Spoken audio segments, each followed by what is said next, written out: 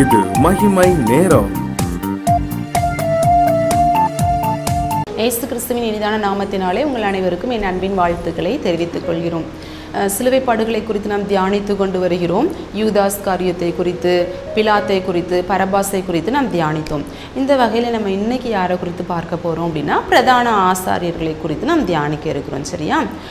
இந்த பிரதான ஆசாரியர்கள் ஒரு நல்ல ஒரு பொசிஷனில் இருந்தவங்க. சரியா? வேதாகமத்தை நன்கு கற்று அறிந்தவங்க, அதை குறித்து நிறைய விளக்கங்களை மக்களுக்கு கொடுக்க வேண்டியவர்கள். ஆனால் அவங்களே மதியினமாக ஏன் மேசியாவை அறிந்து கொள்ளலைங்கிறது மிகவும் வருத்தத்தை தெரிவிக்கிறதாக இருக்குது. சரியா?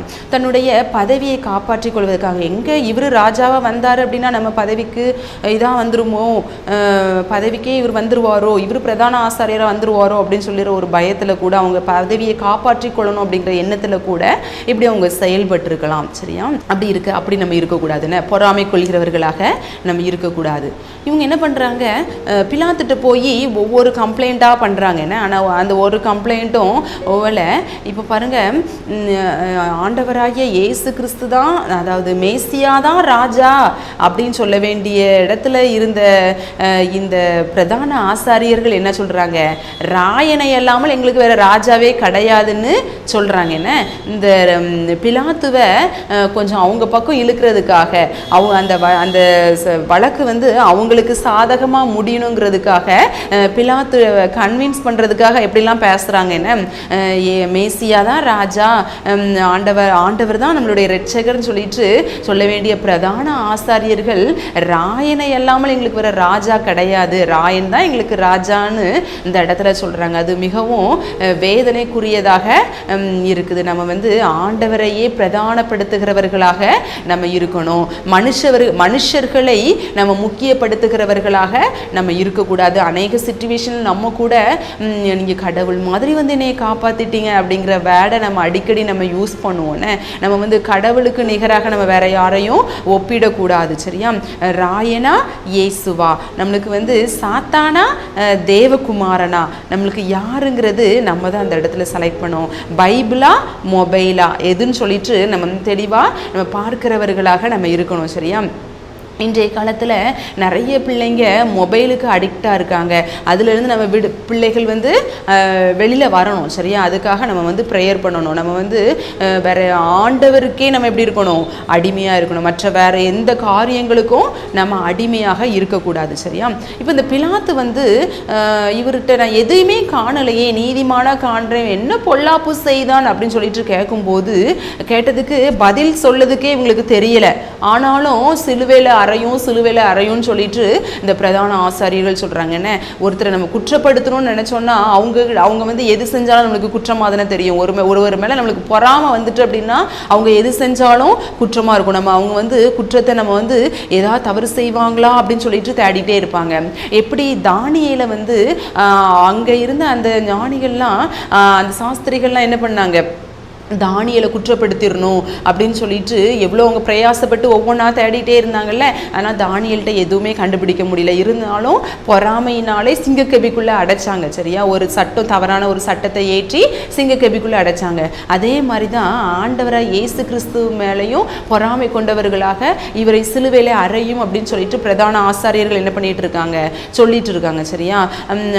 அப்படி நம்ம மற்றவர்களை குற்றப்படுத்துகிறவர்களாக நம்ம இருக்கவே கூடாது. சரியா? இப்போ சிலுவையில அரைஞ்சிட்டாங்கன்னா, ஆண்டவர் சிலுவையில அரைஞ்சதுக்கு அப்புறமா சிலுவையிலிருந்து நீ இறங்கி வா, அநேகரை நீ ரட்சித்தாய், இன்றைக்கு உன்னை நீ ரட்சித்துக்கொள் அப்படின்னு சொல்லிட்டு பரிகாசமாக அந்த இடத்துல பேசினார்கள். ஆண்டவரால் இறங்கி வர முடியாதா என்ன? இறங்கி வர முடியும்னு ஒரு மரிச்ச வாலிபனை, அந்த நாயின் ஊர் விதவையின் மகனை மரிச்ச அடக்கம் பண்ண கொண்டு போயிட்டு இருந்தாங்க. அந்த வாலிபனையே ஆண்டவர் உயிரோடு எழுப்பினார். மரிச்ச அடக்கம் பண்ணப்பட்டு 4 நாள் கழிச்சிருந்த லாசருவே வெளியில வான்னு சொல்லிட்டு அந்த மரித்த சரீரத்தை உயிரடைய செய்து வெளியில வர செய்த தேவன் நம்மளுடைய ஆண்டவர் இயேசு கிறிஸ்து. அவரால் முடியாதது ஒன்றுமே கிடையாதுன்னு ஒரு இவ்வளோ பெரிய அற்புதங்களை செய்த தேவன் அவருக்கு அந்த சிறுவிலிருந்து இறங்கி வர முடியாதா என்ன? அது லேசான காரியம்தான். ஆனால் அவர் அப்படி செய்யலை. எதுக்காக? அவர் தன்னை ரட்சித்துக் கொள்வதற்காக அந்த உலகத்தில் வரலை, நம்மை ரட்சிக்க தான். பாவ உலகத்தில் என் ஜனங்கள் அறியாமையினால சங்காரமாயிட்டு இருக்காங்க. வலது கைக்கும் இடது கைக்கும் வித்தியாசம் தெரியாம என் ஜனங்கள் இப்படி இருக்காங்களே, இந்த ஜனங்களை ரட்சிக்க தான் அவர் என்ன பண்ணாரு, இந்த உலகத்துக்கே மனுஷனா ஃபர்ஸ்ட் வந்தார். என்ன அப்போ அவர் மரித்து அடக்கம் பண்ணப்பட்டு 3ஆம் நாள் உயிரோடு எழுந்தாதான் அது எல்லாம் பூர்த்தி ஆகும். சரியா? அப்போ அந்த இறக்குறதுக்கு முன்பதாகவே சிலுவையில் இறங்கி வந்துட்டுன்னா அவர் வந்ததுக்கான நோக்கமே இல்லைன்னா அவர் வந்திருக்கவே வேண்டாமே இந்த உலகத்திற்கு. அதனால அது எல்லாவற்றையும் அவர் என்ன பண்ணாரு, சகித்து கொண்டார். குற்றவாளியே இல்லாத நம்மை அவர்கள் குற்றவாளி என்று அங்கீகரித்த பொழுதும் அவர் சகித்து கொண்டார். இந்த பரிகாசமான சொற்களையும் அவர் என்ன பண்ணி கொண்டார், நமக்காக, எனக்காக, உங்களுக்காக, நமக்காக அவர் என்ன பண்ணி கொண்டார், சகித்து கொண்டார். என்ன அவரால் முடியும் அந்த சிலுவையிலிருந்து இறங்கி வர, நான் அவர் அப்படி செய்யவில்லை. சரியா? இப்போ இதெல்லாம் போகட்டும், சிலுவையில் இறங்கி வந்தாலே நாங்கள் விசுவாசிப்போம் அப்படிலாம் சொன்னவங்க இப்போ ஆண்டவர் 3ஆம் நாள் உயிரோடு எழுந்துட்டாங்க. அதான் ஆனால் அவர்கள் விசுவாசிக்கவில்லை, அதை மூடி மறைக்க தான் முற்பட்டார்கள். எதுக்காக அப்படின்னா எல்லாம் எங்கே இவர் தான் மெய்யானவர்னு சொல்லி தெரிஞ்சிட்டா இந்த ஜனங்கள் நம்மை அண்டி வருகிற, நம்மை தேடி வருகிற இந்த ஜனங்கள்லாம் அவர் பக்கமாக போயிடுவாங்களோ அப்படின்னு சொல்லிட்டு ஒரு பொறாமை தான். என்ன அந்த பொறாமையினாலே நீதிபரராகிய ஆண்டவரை இயேசு கிறிஸ்துவை குற்றவாளியாக தீர்த்தார்கள். அது மாத்திரமல்ல, அநேக பரிகாசமான சொற்கள். என்ன ஏற்கனவே ஆண்டவர் புண்பட்ட உடம்பு, அந்த வார்னால் அடிச்சு இதெல்லாம் புண்ணா இருக்கு. ஒரு புண்பட்ட சரீரத்தின் மேல ட்ரெஸ்ஸை போடுறது எவ்வளோ வலியா இருக்கும். என்ன நம்மளுக்கே கையில ஏதாவது ஒன்று கட் ஆயிடுச்சு அப்படின்னா அது மேல நம்ம ட்ரெஸ் படும்போதோ எப்படி அந்த இதெல்லாம் ரொம்ப வலிக்கும்ல. அப்ப ஆண்டவருக்கு எப்படி எல்லாம் வலிச்சிருக்கும். அந்த பிரதான ஆசாரியர்கள் அந்த சிவப்பான மேலங்கி போடுவதும் எடுப்பதுமாக அப்படிலாம் இருந்தாங்க. அப்போ எவ்வளோ வலியாக இருந்திருக்கும். அந்த வழியெல்லாம் ஆண்டவர் எதுக்காக தாங்கினாரு, எனக்காகவும் உங்களுக்காகவும் தான். என்னுடைய ஜனங்களை ரட்சிக்க தான் அந்த உலகத்துக்கு இந்த வழியை எப்படியாவது சகித்து கொள்ளணும், இந்த பரிகாசமான சொற்களை எப்படியாவது நம்ம தாங்கி கொள்ளணும்னு சொல்லிட்டு அவர் எல்லாவற்றையும் சகித்தார். என்ன எல்லா அக்கிரமங்களையும், எல்லா பாவத்தையும், எல்லா வலி வேதனைகளையும் நமக்காக அவர் சகித்தார். இன்னும் நம்ம பிரதான ஆசாரியர்கள் போல நம்மளும், நீங்களும் நானும் நம்ம நிறைய வேலைகளில் நம்ம இருந்து கொண்டு இருக்கிறோம். அந்த புண்பட்ட உடம்பை இன்னும் நம்ம பாவம் செஞ்சு மேலும் மேலும் அவருடைய உடம்பை நம்ம புண்ணாக்கி கொண்டு இருக்கிறோம். இல்லை பிரியமானவர்களே, நம்ம நம்மளுக்கு தெரிஞ்சிட்டுல, நம்ம பாவத்துக்காக ஆண்டவர் அவர் பாவமானார், நம்மளுக்கு விடுதலை தந்து விட்டார், நம்ம உணர்ந்துட்டோம். இன்னும் மீண்டும் மீண்டும் அவரை புண்படுத்துகிறவர்களாக நம்ம இருக்கக்கூடாது. நம்ம எப்படி இந்த பிரதான ஆசாரியர்கள் பொறாமையினார ஆண்டவரை இயேசு கிறிஸ்துவை காமிச்சு கொடுத்துட்டாங்க.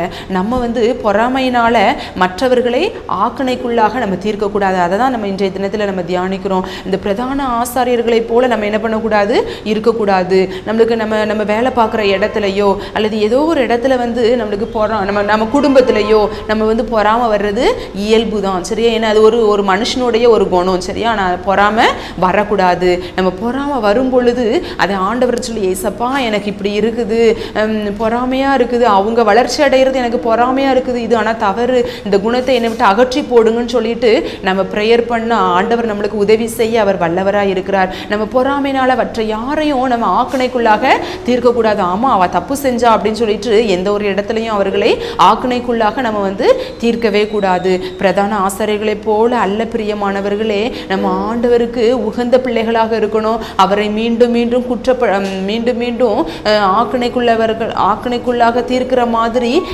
நம்ம செயல் இருக்கக்கூடாது. ஜெபம் செய்வோம்.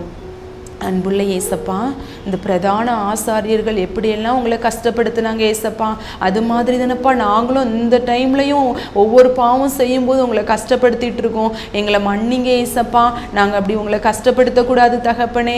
இனி நாங்கள் பாவத்தை பின்னிட்டு பார்க்கக்கூடாது சுவாமி. அந்த பழைய பாவத்தாசைகள்லாம் எங்களுக்கு வரவே கூடாதுப்பா. அந்த தீய மனசை எங்களுக்கு மாற்றுங்கப்பா, தூய்மையாக்குங்கப்பா, உண்மை போல பரிசுத்தமாக மாற்றுங்கப்பா. எப்படி அந்த பிரதான ஆசாரியர்கள் மற்றவர்கள் உங்களை குற்றப்படுத்தினாங்களோ அதுபோல நாங்கள் மற்றவர்களை குற்றப்படுத்தக்கூடாது ஏசப்பா. யாரையும் நாங்கள் ஆக்கணைக்குள்ளாக தீர்க்கக்கூடாது. அதற்கு எங்களுக்கு உதவி செய்யுங்க. ஆமேன். இயேசுவின் மூலம் ஜெபிக்கிறோம் ஜீவனும் பரிசுத்தமுள்ள நல்ல பிதாவே. ஆமேன்.